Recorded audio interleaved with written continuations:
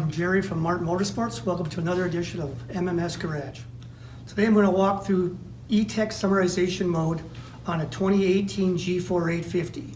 Simple and easy, and it's the same principles in all other E-TEC Ski-Doo engines. Just follow your individual owner's manual as to what switches and how to do it. First step is to put fuel stabilizer in the system, so get yourself some BRF fuel stabilizer, see how much fuel you have in the tank, and follow the instructions on the back of the bottle as to how much to put in. Our next step is to take your gauge and put it in the total mileage part. Not trip A or trip B, it won't work properly there. Remember, total mileage is where you want to be.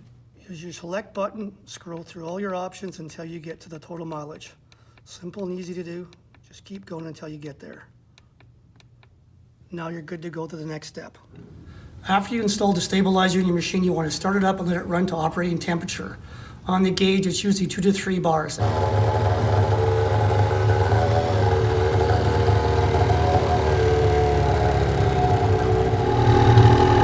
Operating temperature, you hold down your set button and cycle your high and low beam, watching your cluster.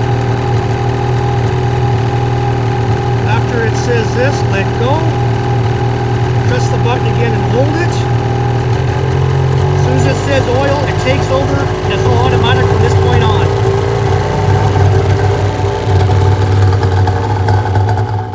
In case you missed it from the noise of the machine, I pressed the select button down and held it, then cycled the high and low beam on and off from high to low until the cluster read push S. I let go of the switch at that time. After that, the screen will say push S. You'll put the selector button down until the cluster reads oil. At that time, let go, and the machine is in the summarization mode all by itself and will take over from there. Let it run until it shuts off and you're all done.